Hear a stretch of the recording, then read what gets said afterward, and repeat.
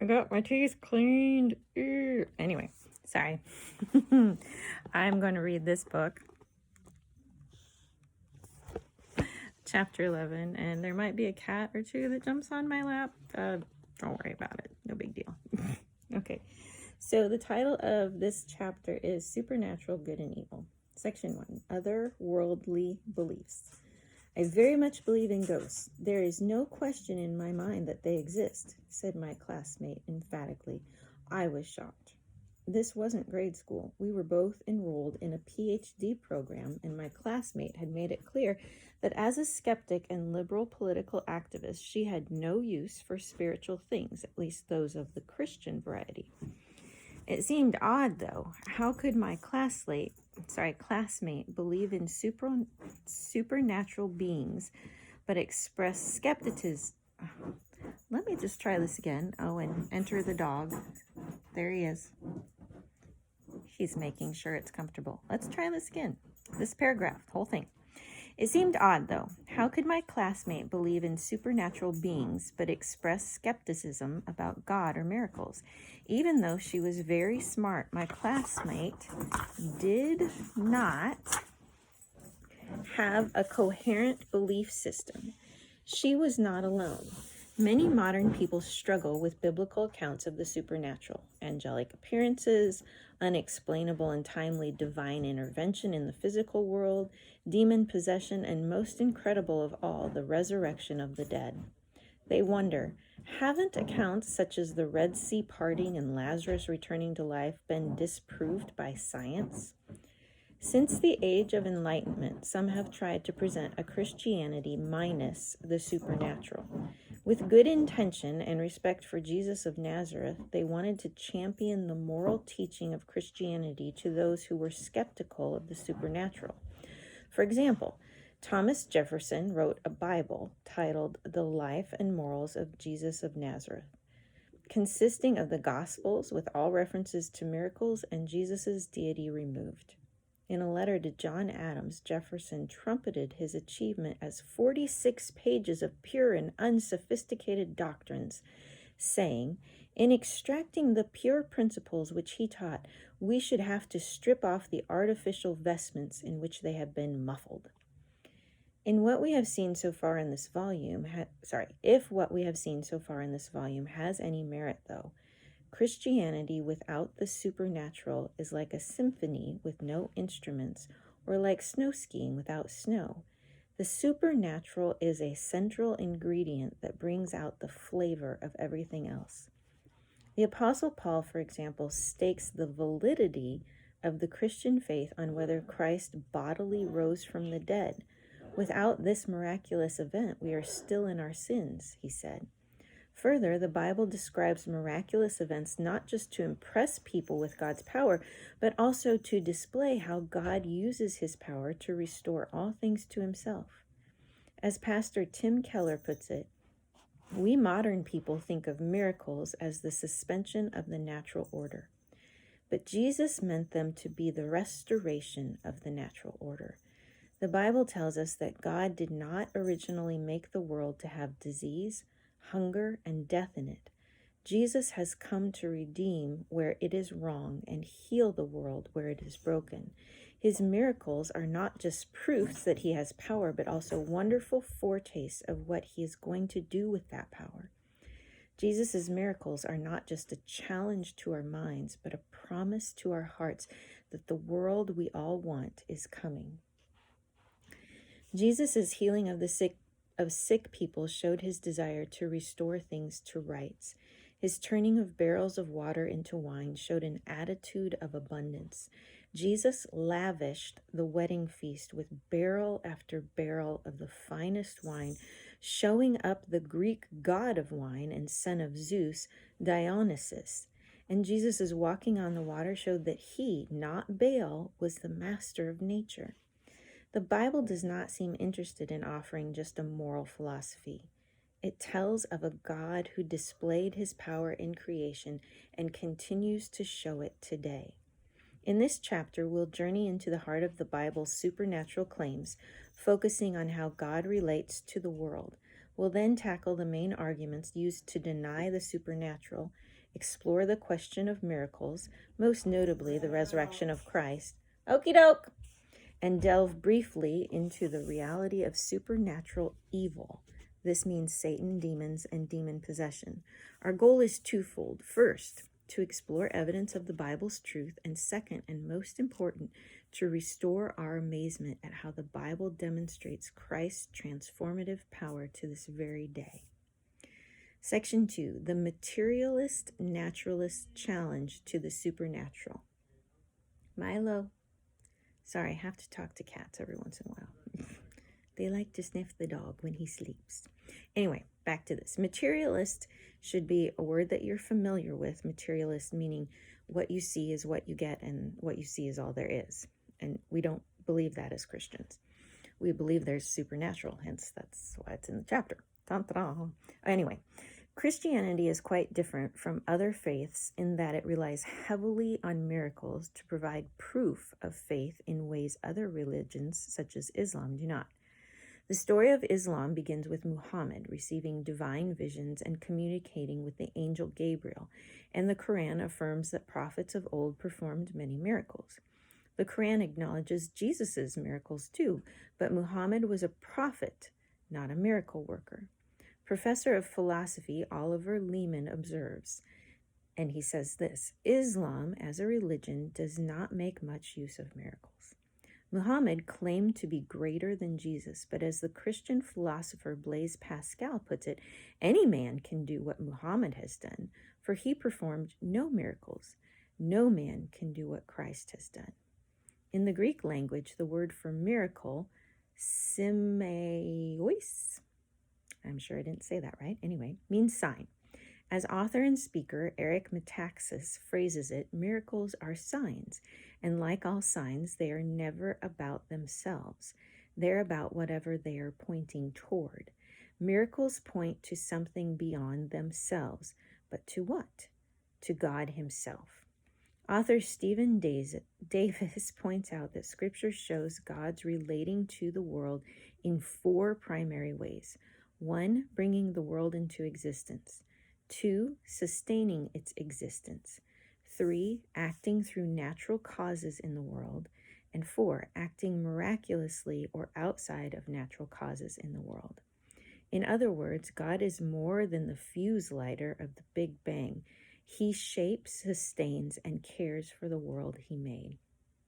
With today's mindset of scientific investigation, many claim that faith simply cannot be proved.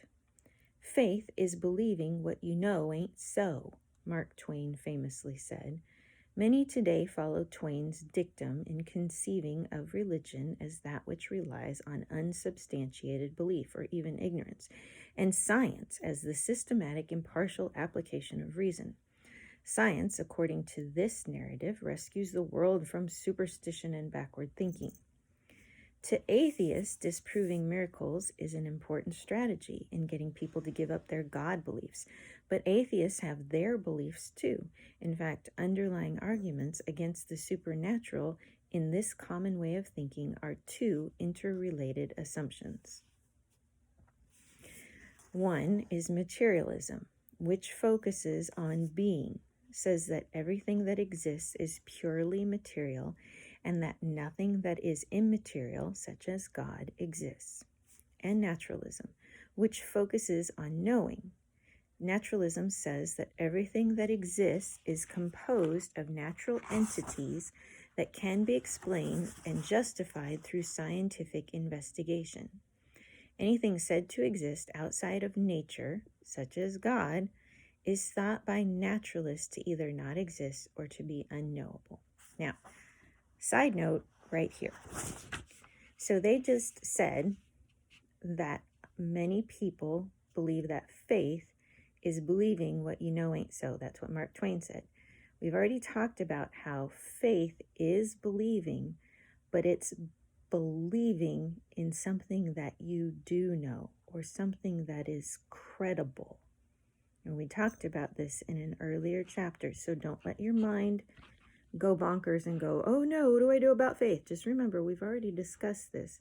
And if you need to look back, at your notes to see what was said exactly about faith, then do so. But faith is not believing in what you know ain't so. So don't go there.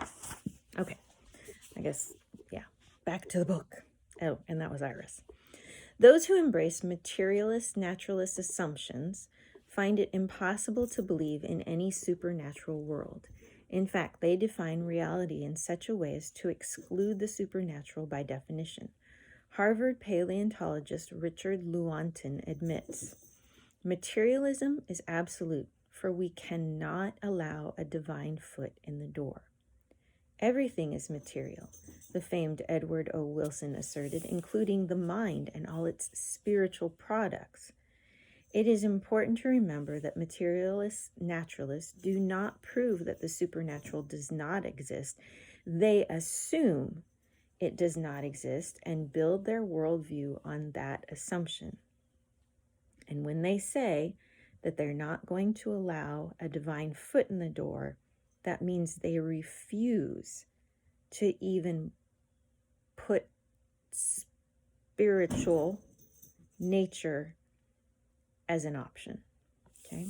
And if nothing supernatural exists, then the Christian conception of God vaporizes as well, like the clearing away of a thick fog revealing what is real to the minds of naturalists, materialists, and naturalists.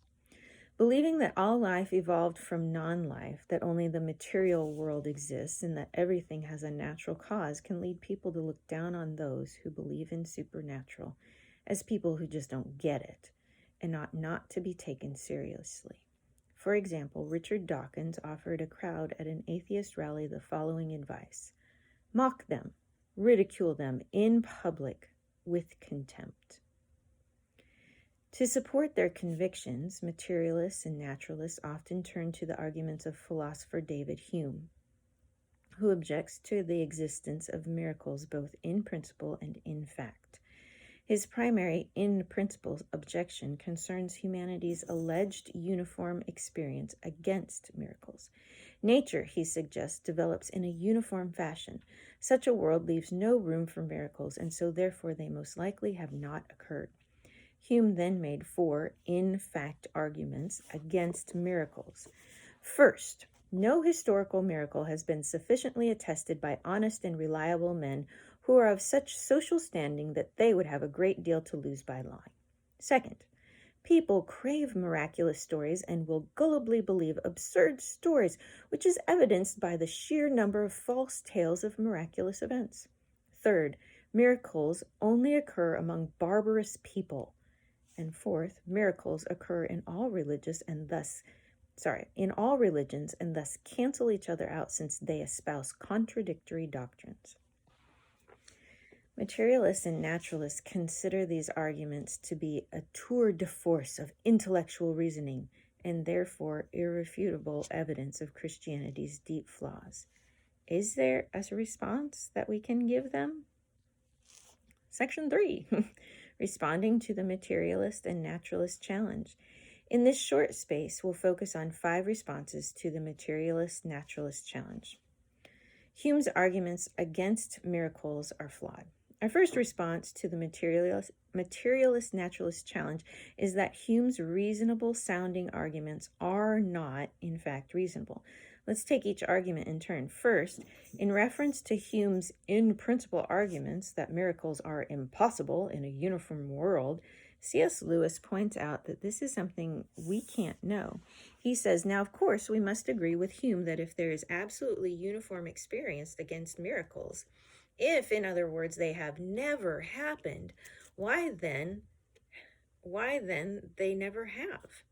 Unfortunately, we know the experience against them to be uniform only if we know that all the reports of them are false. And we can know all the reports to be false only if we know already that miracles have never occurred. In fact, we are arguing in a circle. In effect, Hume is saying miracles have not occurred because such things are not possible. Hume's conclusion is just his premise restated. That's what Lewis means by arguing in a circle. By definition, though, a miracle is something that breaks out of our ordinary experience. Otherwise, we would never know that it was a miracle in the first place. But let's move on to Hume's 4 in-fact arguments and see if they're persuasive in making his case. First, Hume said that no historical miracle has been sufficiently attested by honest and reliable men who are of such social standing that they would have a great deal to lose by lying. But as Sean McDowell and Jonathan Morrow note, the gospel writers were in fact capable of writing accurate historical accounts and were willing to stake their lives on what they wrote.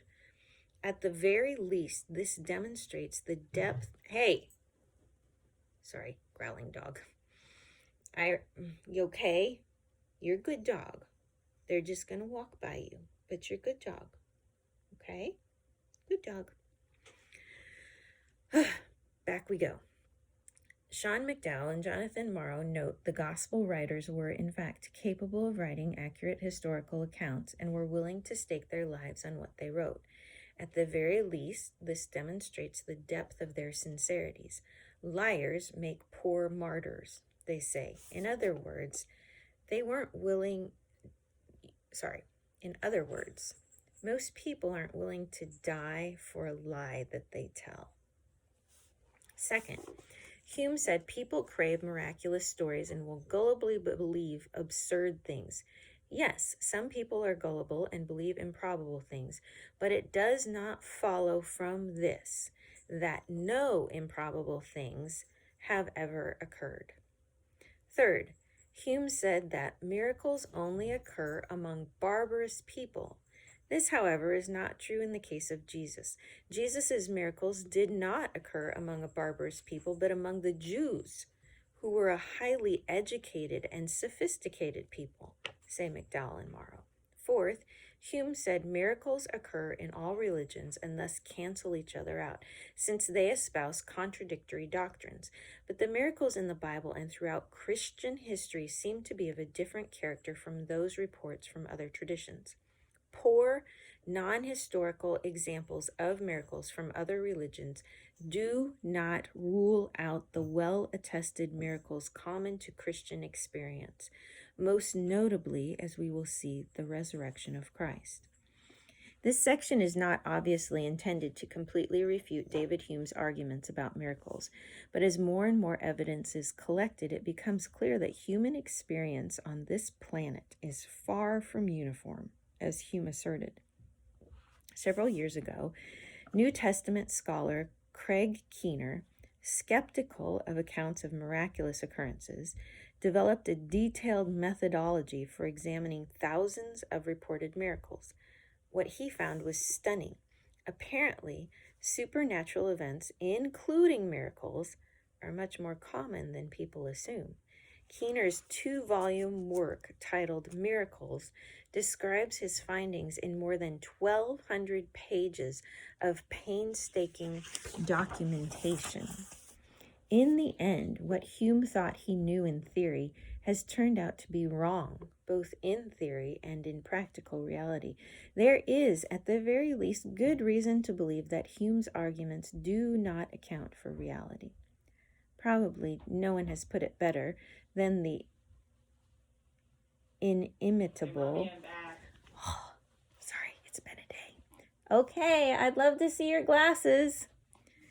Inimitable G.K. Chesterton, who took disbelievers in miracles to task in a lively and lengthy passage in his book Orthodoxy. You'll look good. Somehow or other, an extraordinary idea has arisen that the disbelievers in miracles consider them coldly and fairly calm, while believers in miracles accept them only in connection with some dogma. The fact is quite the other way. The believers in miracles accept them, rightly or wrongly, because they have evidence for them. The disbelievers in miracles deny them, rightly or wrongly, because they have a doctrine against them.